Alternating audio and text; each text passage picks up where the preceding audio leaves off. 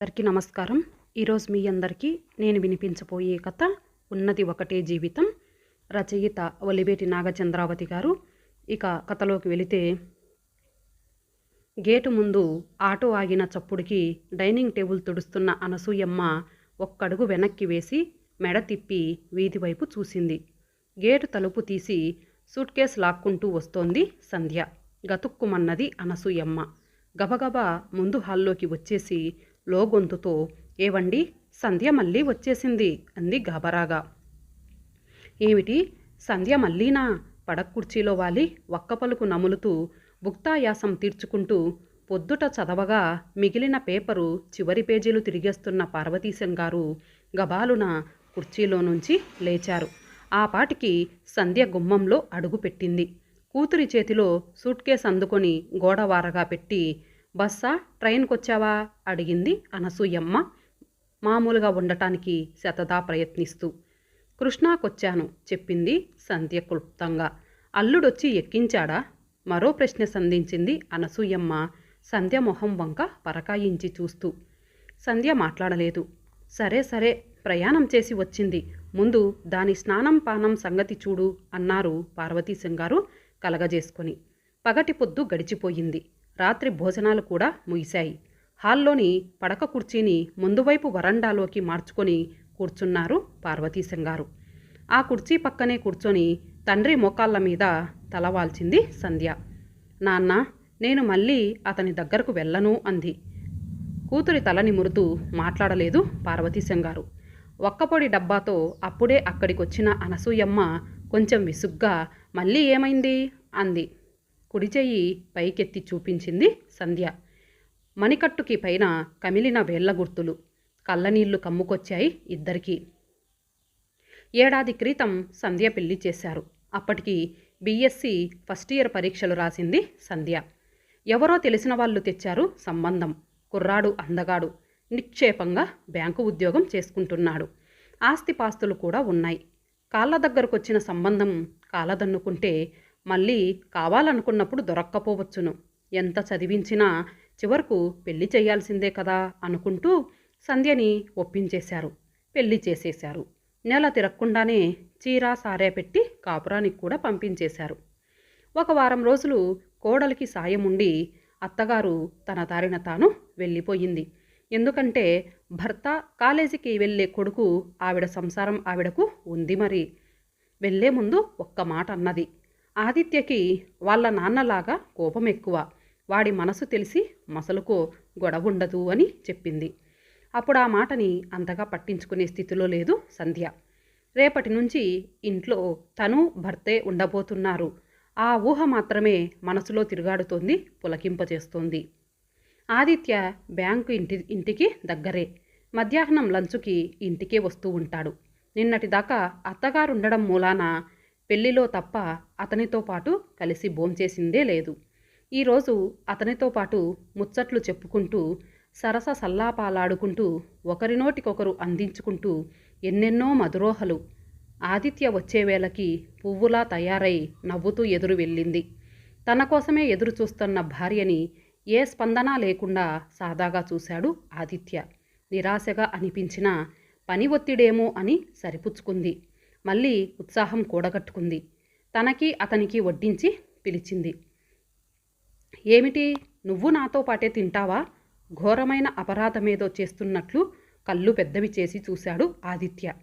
అవును, ఏమలా అడిగారు అంది సంధ్య తను ఆశ్చర్యపోతూ. ఒక్క క్షణం సంధ్య మొహంలోకి చూసి, మా అమ్మ మా నాన్నగారు తిన్న తర్వాత కానీ తినదు అన్నాడు ముభావంగా. చివుక్కుమనిపించింది సంధ్యకి. చురుగ్గా ఏదో అనబోయి సంబాలించుకుంది. మరి 18వ శతాబ్దం మాటలు చెప్తారేమిటండి, భలేవారే అంది నవ్వేస్తూ. ఆదిత్య నుదురు ముడతలు పడింది. అదేమీ చూడనట్టే తనే ఆ మాట ఈ మాట మాట్లాడేస్తూ అతని మూడుని మంచిగా మార్చాలని చూసింది. ఆ ప్రయత్నంలోనే, మీకు పెరుగన్నంలో చిక్కుడు గింజలు నంజుకోవడం ఇష్టమంట కదా, అత్తమ్మ చెప్పారు. ఇవిగో నావి కూడా తీసుకోండి అంటూ తన కంచంలోని చిక్కుడు గింజలు అతని కంచంలో వేసింది చొరవగా. ఉగ్రుడైపోతూ గబాలున లేచి తింటూ ఉన్న కంచాన్ని నేలకేసి కొట్టాడు ఆదిత్య. ఎంత పొగరు! నీ వెధవ ఎంగిలి నాకు వేస్తావా అంటూ కల్లెర్రజేశాడు. అది మొదలు ఆదిత్య స్వరూపం వెనకున్న కురూపాన్ని సంధ్య దర్శిస్తూనే ఉంది, భరిస్తూనే ఉంది. అతనికి సంధ్య పకాలున నవ్వడం ఇష్టముండదు. స్నేహితులతో 5 నిమిషాల కంటే ఫోన్లో మాట్లాడడం నచ్చదు. అతను పురమాయించిన వంటకాలే చేయాలి. వేరే ఏదైనా చేస్తే ఆదిత్య అది ముట్టుకోడు, పళ్ళెం విసిరి కొడతాడు. అతని ఆగడాలని సహిస్తూనే ఉంది సంధ్య. అతనికి అనుగుణంగా తన అలవాట్లని మార్చుకుంటూనే ఉంది. వదులుగా వాలుజడ వేసుకునే తను అతనికిష్టం లేదని గట్టిగా బిగించి వేసుకుంటోంది. తనకి సిల్కు చీరలు ఇష్టమైనా అతని కోసం నేత చీరలు కట్టుకుంటోంది. ప్రతిదీ అతను చెప్పినట్టుగానే నడుచుకుంటోంది. ఎందుకు తన సర్దుబాటు గుణం గ్రహించైనా అతను మారకపోతాడా అని చిన్న ఆశ. ఆ సుదినం కోసం సహనంతో వేచి చూస్తోంది సంధ్య. ఆ రోజు బ్యాంకు నుండి వస్తూ తన కొలీగ్ని వెంట పెట్టుకు వచ్చాడు ఆదిత్య. ముందు హాల్లో వాళ్ళిద్దరూ మాట్లాడుకుంటూ ఉంటే టీ చేసి ట్రేలో బిస్కెట్లు, టీ కప్పులు పెట్టి తీసుకెళ్ళింది సంధ్య. గుమ్మంలోనే ఎదురు వెళ్ళి ట్రే అందుకొని ఇక వెళ్ళమన్నట్టు సైగ చేశాడు. ఇంకా తనని పరిచయం చేస్తాడని ఎదురు చూస్తుంటే ఏమిటిలా ఇంటికొచ్చిన వాళ్ళని భార్యకి పరిచయం చేయాలనే సభ్యత కూడా తెలీదా ఆదిత్యకి? తెల్లబోయి చూస్తున్న సంధ్యని ఆ వచ్చిన ఆగంతకుడు చూడనే చూశాడు. అరే సంధ్య, నువ్వా అన్నాడు ఆనందంగా. రాఘవన్నయ్య, నువ్వేంటిక్కడ? సంబరపడుతూ తను వెళ్ళి కూర్చుంది. సంధ్య ప్రాణ స్నేహితురాలు రమణి అన్నగారే రాఘవ. ఇల్లు కూడా ఒకే వీధిలో ఉండడం మూలాన రమణితోనే కాక ఆ కుటుంబం అంతటితోనూ సంధ్యకి చనువెక్కువే. రాఘవని చూడగానే తన నెచ్చెలి రమణిని కలిసినట్లే ప్రాణం లేచొచ్చింది సంధ్యకి. ప్రహరీ గోడ మీద వాలిన పక్కింటి వాళ్ళ జామకాయల్ని దొంగచాటుగా కోసుకొని తినడం దగ్గర నుంచి స్కూటర్ మీద చెల్లెలు రమణిని, సంధ్యని కూడా ఎక్కించుకొని ట్రాఫిక్ పోలీస్ కనపడగానే సందుగొందుల్లోంచి స్పీడుగా తప్పించుకున్న రోజులు దాకా గుర్తు చేసుకొని నవ్వేసుకున్నారు ఇద్దరు. వాళ్లతో పాటే నవ్వినట్టే నవ్వి వెళ్ళేటప్పుడు అప్పుడప్పుడు వస్తుండండి, మా సంధ్య సంతోషిస్తుంది అని నమ్మబలికి రాఘవ అలా కాలు బయట పెట్టాడో లేదో తలుపులు ఢామ్మని వేసి విషం కక్కటం మొదలుపెట్టాడు ఆదిత్య. ఏమో అనుకున్నాను, గ్రంథసాంగురాలివేనన్నమాట అన్నాడు వెటకారంగా. ఏమంటున్నారు? దెబ్బతిన్నట్టు అడిగింది సంధ్య. ఏం నంగనాచివే, బైకు మీద షికార్లు, సినిమాలు అంతేనా? ఇంకా ముందుకెళ్ళారా అంటున్నాడు ఆదిత్య అనుమానంగా. అంత దారుణంగా మాట్లాడకండి. చిన్నప్పటి నుంచి రమణితో పాటు నేను అన్నయ్య అనే పిలుస్తాను. మీరు విన్నారుగా. ఏడుపొచ్చేసింది సంధ్యకి. నోరు ముయ్యవే, అన్నయ్యట అన్నయ్య, రంకుతనానికి మంచి ముసిగే వేశావు హేళనగా అన్నాడు. ఉచితానుచితాలు కూడా మర్చిపోయి ఆ విధంగా అంటాడు. చీ, ఇంత అసభ్యమైన నింద వేస్తారా? మీ నోటికి హద్దు లేదా? రోషంగా అంది సంధ్య. నన్ను చీ అంటావా? ఎంత కండకావరమే నీకు? కళ్ళెర్రజేసి సంధ్య చెంప చెల్లుమనిపించాడు. అంతటితోనూ ఆగలేదతను. నన్ను చీకొట్టిన దానివి నా ఇంట్లో ఉండటానికి వీల్లేదు, పోవే అంటూ సంధ్య భుజం పట్టుకొని వీధి గుమ్మం వైపు ఒక్క నెట్టు నెట్టాడు. మూసి ఉన్న తలుపు పడిపోకుండా ఆపింది సంధ్యని. ఆ తలుపే ఆధారంగా కిందికి జారి కూలబడిపోయింది ఆ అమ్మాయి. అనుకోని ఈ హఠాత్ పరిమాణానికి స్తబ్దురాలైంది సంధ్య. కాసేపటిదాకా చెంప మండుతున్న సంగతి కూడా తెలియలేదు. కళ్ళ వెంబడి ధారాపాతంగా జారుతున్నాయి కన్నీళ్లు. ఎంతసేపు అలా ఉండిపోయిందో తెలియలేదు. లేవాలని కూడా అనిపించలేదు. రాత్రయింది. చేసింది తప్పని తోచి భర్త తన దగ్గరకొస్తాడని ఎదురుచూసింది. ఉన్నదేదో తినేసి అతను ముసుగు తన్ని పడుకోవడం గమనిస్తూనే ఉంది. తెల్లారింది. బ్యాగులో తన బట్టలు సర్దుకుంది సంధ్య. నేను వెళుతున్నాను అని మాత్రం భర్త వినేలాగా చెప్పింది. పోవే, నువ్వు వెళ్ళకపోతే నేనే వెళ్ళగొట్టేవాణ్ణి అన్నాడు ఆదిత్య. నలిగిన బట్టలతో చెదిరిన వెంట్రుకలతో ఇంటికొచ్చిన సంధ్యను చూడగానే గుండెలవిసిపోయాయి తల్లిదండ్రులకి. కన్నీళ్లతో కూతురు చెబుతోన్న అల్లుడి విపరీత ధోరణిని వేదనాభరిత హృదయాలతో విన్నారు. ఒక రోజంతా తామేడుస్తూ కూతుర్ని ఓదారుస్తూ గడిపారు. ఆ మరుసటి రోజు ఆలోచనలో పడ్డారు. కింకర్తవ్యం ఏంటి అని. లక్షలు కట్నమిచ్చారు. లక్షలు ఖర్చు పెట్టి పెళ్లి చేశారు. ఏడాది తిరక్కుండా పుట్టింటికొచ్చిందంటే ఎంత అప్రదిష్ట! లోకులు పళ్ళు కాకులు. ఎదురుగా అనలేకపోయినా వెనక ఎన్ని అవాకులు చెవాకులు పేలుతారో. అతనికేం నెల తిరక్కుండా మళ్ళీ పెళ్ళికొడుకవుతాడు. కానీ దీన్నెవరు పెళ్లి చేసుకుంటారు? జీవితాంతం పువ్వు కాయ ఎరగని మొండి మాకులా ఉండటం తమకి గుండెకోత కాదు? చూడు తల్లి, ప్రతి మగవాడిలోనూ సహజంగానే అహం ఉంటుందమ్మా. ఇంటి మీద, ఇల్లాలి మీద తన ఆధిపత్యమే చెల్లాలని ఉంటుంది. ఆదిత్యలో ఆ అహం ఒక పాలెక్కువన్నమాట. అందులోనూ నువ్వు అతని జీవితంలోకి కొత్తగా అడుగుపెట్టావు. ముందు జాగ్రత్తగా నిన్ను అతని చెప్పు చేతల్లో ఉంచుకోవడం కోసం ఇంకొంచెం కఠినంగా వ్యవహరిస్తూ ఉండవచ్చును. ఇలాంటప్పుడే నువ్వు ఓరిమి పెంచుకోవాలి. అతన్ని నీ దారికి తెచ్చుకోవడం నీ చేతుల్లోనే ఉందమ్మా. అతని మూర్ఖత్వాన్ని నీ ప్రేమతో, ప్రవర్తనతో మార్చుకో. నువ్వే తన లోకమనుకునేలా చేసుకో అని తల్లి, తండ్రి సంధ్యకి ఎన్నో విధాలా నచ్చచెప్పారు. తిరిగి వెళ్ళడానికి ఒప్పించారు. పార్వతీశంగారు సంధ్యని వెంటబెట్టుకుని అల్లుడి దగ్గరకు వెళ్ళారు. తల వంచుకొని కూతురిదే తప్పని ఒప్పుకున్నారు. చిన్నతనం వల్ల, తమ గారాబం వల్ల, లోకజ్ఞానం లోపించడం వల్ల కూతురు తొందరపడిందని క్షమించమని వేడుకున్నారు. ఉదార హృదయంతో మన్నించానన్నట్లు తల పంకించాడు ఆదిత్య. నిర్లక్ష్యం చేసిన వ్యాధిలా ఈసారి మరీ విజృంభించాడు ఆదిత్య. నిరంకుశత్వం శృతి మించిపోయింది. తను ఏం చేసినా, ఏమన్నా పడి ఉంటుందా లేదా అని పరీక్షించడం మొదలుపెట్టాడు. పని మనిషిని మానిపించాడు. ప్రతి పనిలోనూ వంకలెంచుతున్నాడు. నలుగురు వినేలా గొంతు పెంచుతున్నాడు. వీటన్నిటికీ ఎలాగో ఓర్చుకున్నది, కానీ రాత్రిపూట పశువులా ప్రవర్తించటాన్ని మాత్రం భరించలేకపోయింది. ఆదిత్య బ్యాంకుకు వెళ్ళిన సమయంలో సూట్ కేస్ సర్దుకొని పుట్టింటికి వచ్చేసింది. షరా మామూలే. అదే పాట, అదే రాగం, పరువు, ప్రతిష్ట. పడ్డవాళ్ళెప్పుడూ చెడ్డవాళ్ళు కాదు. ఓ బిడ్డ పుడితే అన్నీ సర్దుకుంటాయి. నీతులు, సామెతలు. ఈసారి ఎన్ని మాటల ప్రయోగాలు చేసినా సంధ్య మెత్తబడే సూచనలు అగుపించలేదు. భగవంతుడా, ఇంకేది దారి అని తల ఎత్తుకుంటుండగా మినుకు మినుకుమంటూ దొరికిందొక దారి అనసూయమ్మకి. ఇది ఇంకొక రాయి వేసి చూడు అన్నారు పార్వతీశంగారు నిస్త్రాణంగా. అనసూయమ్మ మెల్లెగా కూతురు దగ్గరకు చేరింది. ఏ ఉపోద్ఘాతమూ లేకుండా మొదలుపెట్టింది. సుమతి అని మా పెత్తల్లి కూతురు. నీకంతగా తెలియదులే.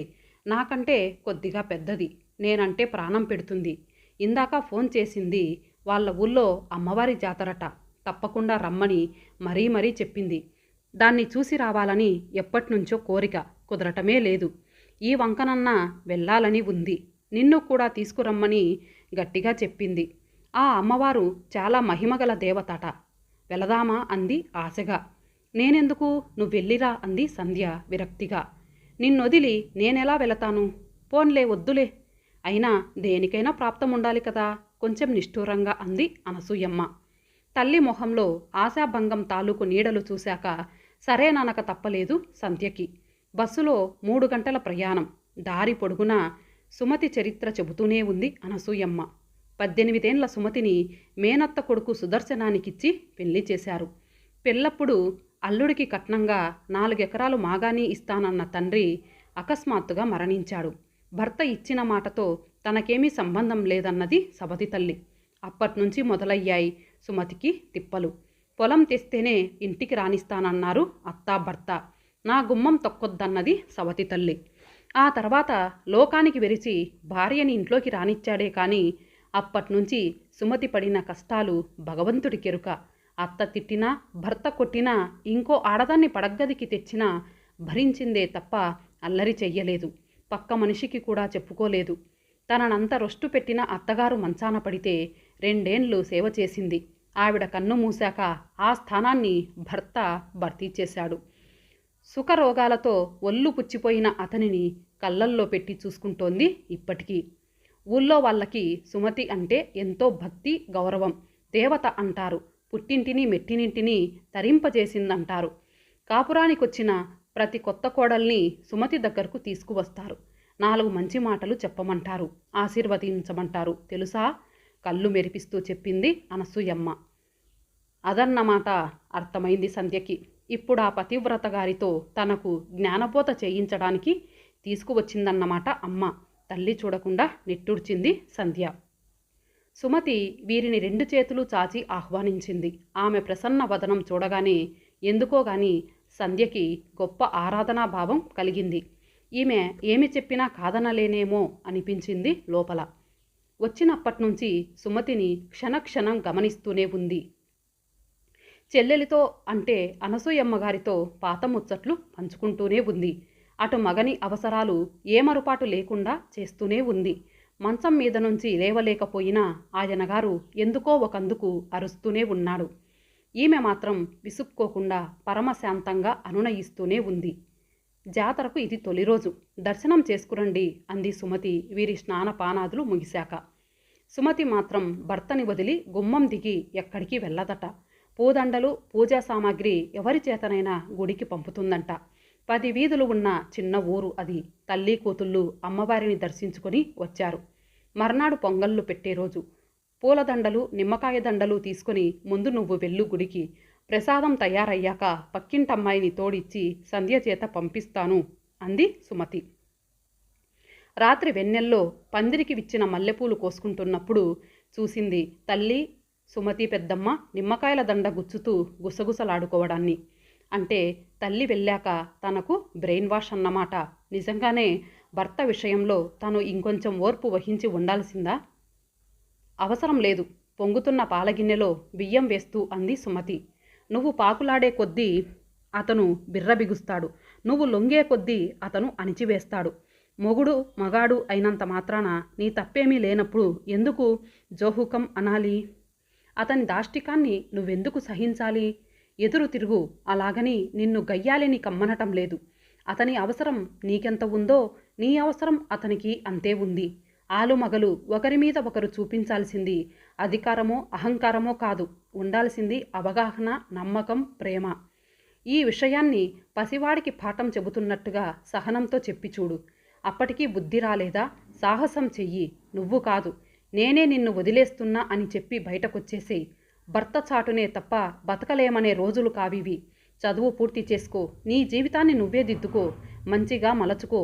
అప్రదిష్టలు లోకుల కూతలు గాలో వచ్చినప్పుడు దుమ్ము రేగినట్టు రేగుతాయి, వాటికవే అణగుతాయి.